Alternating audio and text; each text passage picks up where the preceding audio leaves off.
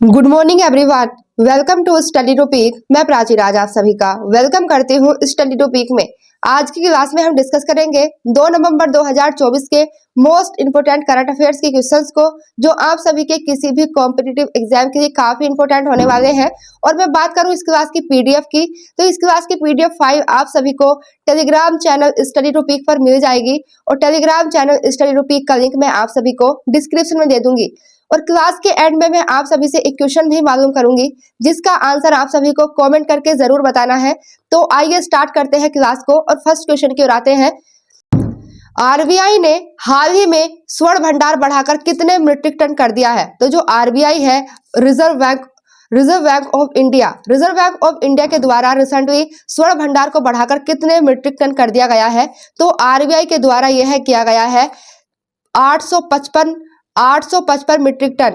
RBI ने अपना स्वर्ण भंडार बढ़ाकर के 855 मीट्रिक टन कर दिया है। और यहाँ पर जब आरबीआई की बात आई है तो हम आरबीआई को स्टैटिक से रिलेट करके देखते हैं।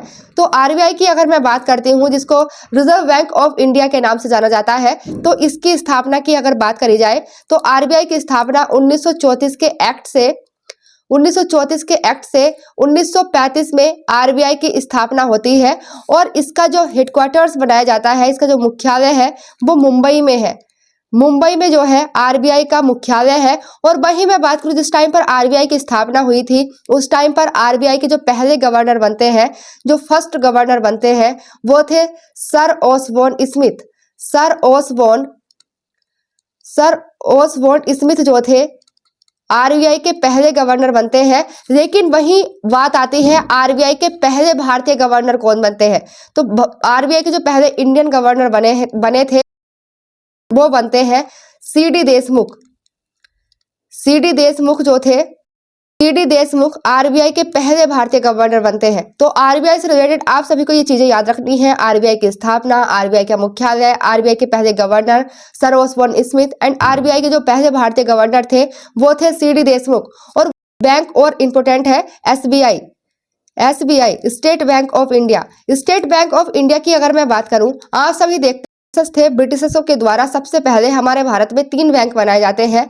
Bank of Madras, bank of Bombay और बैंक ऑफ कलकत्ता। तो इन बैंकों को मर्ज कर दिया जाता है 1921 में। इन तीनों बैंकों को जो ब्रिटिशर्स के द्वारा बनाए गए थे, bank of Madras, bank of Bengal और बैंक ऑफ कोलकाता, इन सभी बैंकों को मर्ज कर दिया जाता है 1921 में। और 1921 में इन्हें मर्ज करके बना दिया जाता है इंपीरियल बैंक ऑफ इंडिया। 1921 में बनाया जाता है। लेकिन अब प्रेजेंट में आप देखते हैं इसे एसबीआई के नाम से जाना जाता है। तो इसको जो एसबीआई नाम मिलता है वो मिला था 1955 में। 1 जुलाई 1955 को एसबीआई की स्थापना होती है, जिसे पहले इंपीरियल बैंक ऑफ इंडिया के नाम से जाना जाता था। और रिसेंटली आप अगर करंट से रिलेट करते हैं तो बैंक है एक्सिस बैंक। तो जो एक्सिस बैंक है, एक्सिस बैंक के अभी एमडी और सीईओ बनाए गए हैं अमिताभ कांत।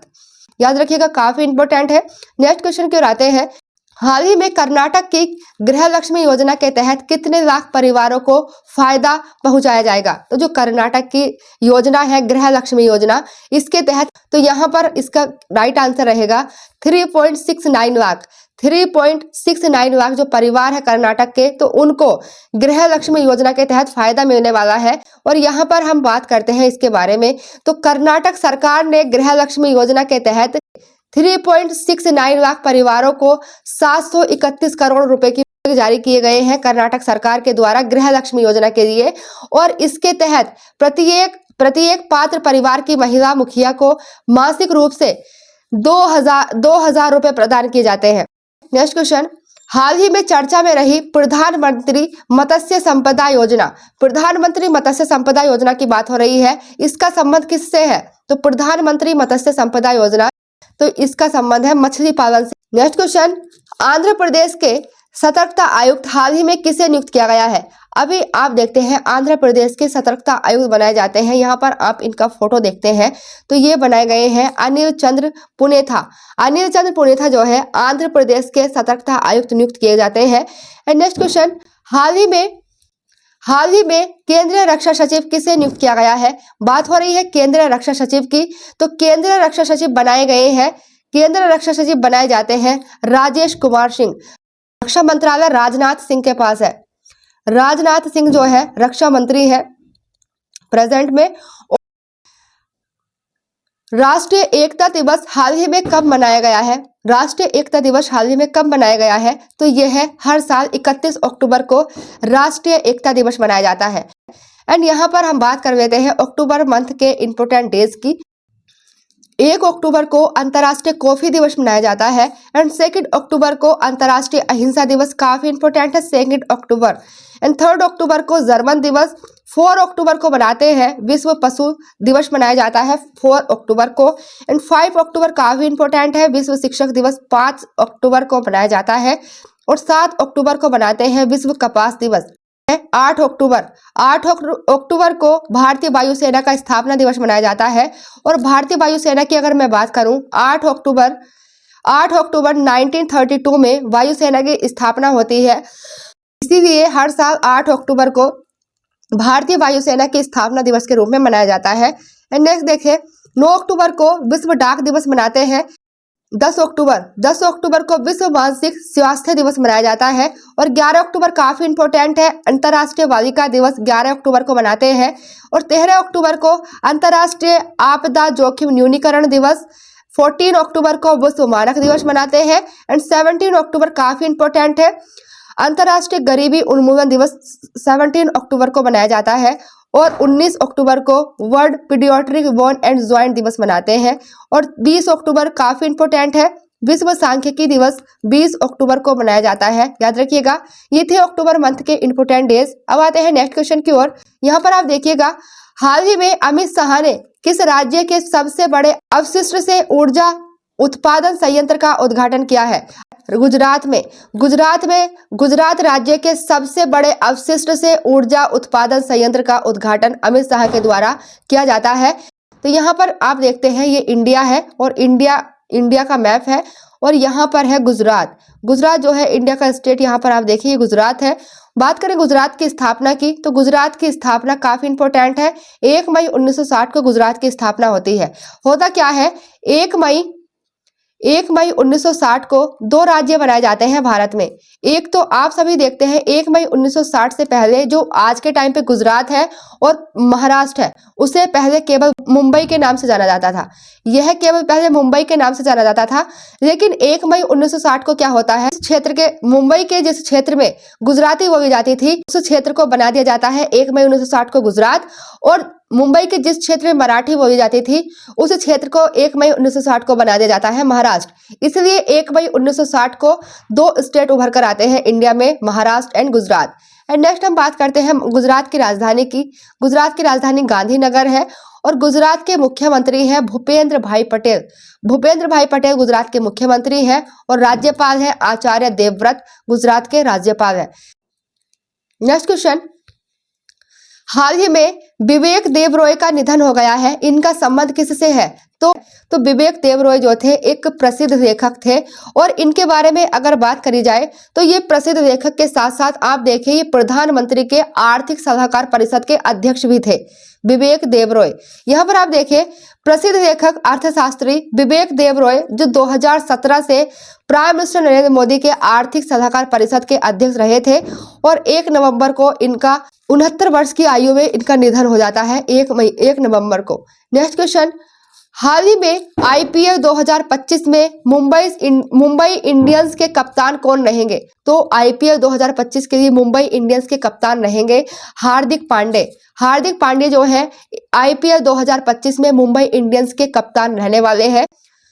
हाल ही में किसके द्वारा ग्रीन हाउस गैस बुलेटिन जारी की गई है? तो जो ग्रीन हाउस गैस बुलेटिन जारी की है ये किसके द्वारा की गई है? आप ऑप्शन में देखते हैं WTO, WHO, WMO and UNO। तो इसका राइट आंसर रहेगा WMO के द्वारा ग्रीन हाउस गैस बुलेटिन जारी किए गए हैं।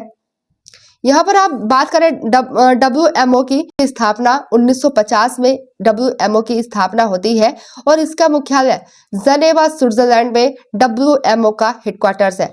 नेक्स्ट क्वेश्चन की ओर आते हैं, काफी इंपोर्टेंट है। सांभर झील कहां पर है जिसमें 40 से अधिक प्रवासी पक्षियों की मृत्यु हो गई है। हाल ही में चर्चा में रही सांभर झील, ये किस राज्य में है भारत के, जिसमें 40 से अधिक प्रवासी पक्षियों की मृत्यु हो गई है? तो सांभर झील जो है ये भारत के राज्य राजस्थान में है।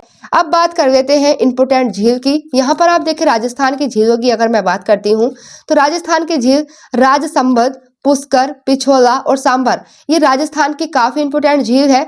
और उत्तर प्रदेश की झील है गोविंद बल्लभ पंत सागर।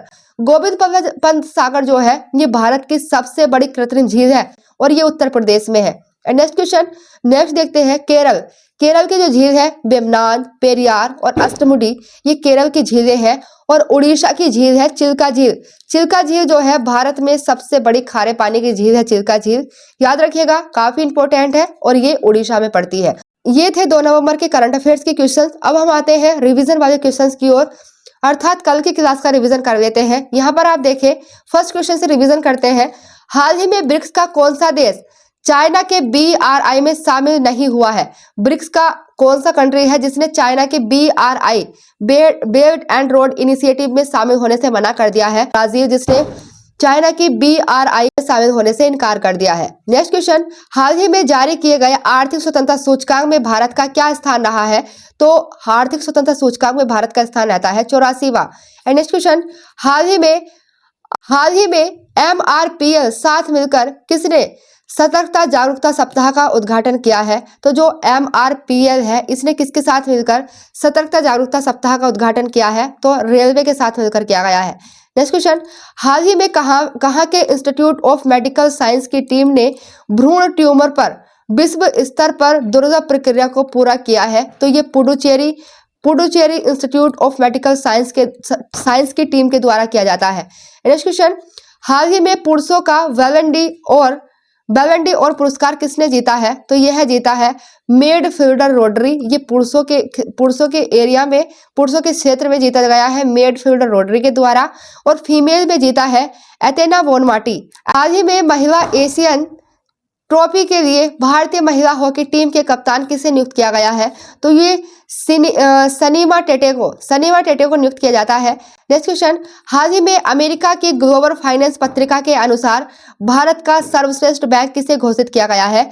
तो state bank of India SBI bank को अमेरिका की ग्लोबल फाइनेंस पत्रिका के द्वारा सर्वश्रेष्ठ बैंक घोषित किया जाता है SBI को। नेक्स्ट क्वेश्चन, हाल ही में खेल मंत्रालय ने किस पुरस्कार को बंद करने की घोषणा करी है? तो खेल मंत्रालय के द्वारा major Dhyan Chand lifetime achievement award को बंद करने की घोषणा करी जाती है रिसेंटली। नेक्स्ट क्वेश्चन, हाल ही में Sultan Johor cup hockey tournament के फाइनल में शीर्ष स्थान पर कौन सा देश रहा है? तो शीर्ष स्थान पर रहता है ग्रेट ब्रिटेन सुल्तान जोहर कप में शीर्ष स्थान पर रहता है। ये थे रिवीजन के क्वेश्चन। अब आते हैं आज का आप सभी का होमवर्क क्वेश्चन की ओर। तो आज का आप सभी का होमवर्क क्वेश्चन है, अमेरिका की ग्लोबल फाइनेंस पत्रिका के अनुसार भारत का सर्वश्रेष्ठ बैंक कौन सा घोषित किया गया है? इसका आप सभी को कमेंट करके जरूर बताना है। इस क्वेश्चन को मैंने कल की क्लास में भी डिस्कस किया था और रिवीजन वाले क्वेश्चंस में भी आज मैंने इस क्वेश्चन को रिवीजन कराया है। अब आते हैं आपके कल के क्वेश्चन की ओर, अर्थात जो प्रीवियस क्वेश्चन है, कल का जो आपका होमवर्क क्वेश्चन था उसके आंसर की अगर मैं बात करती हूँ तो हाल ही में प्रधानमंत्री मुद्रा योजना के ऋण की राशि बढ़ाकर कितनी कर दी गई है? वो 20 लाख कर दी है। 10 लाख से यह 20 लाख कर दी गई है 2024 में। ये थे 2 नवंबर 2024 के मोस्ट इंपोर्टेंट करंट अफेयर्स के क्वेश्चंस। अगर आप सभी को हमारी क्लासेस, हमारी वीडियो पसंद आती हैं तो हमारी वीडियो को लाइक करें, शेयर करें एंड हमारे चैनल को सब्सक्राइब करें। आज के लिए इतना ही। Thank you.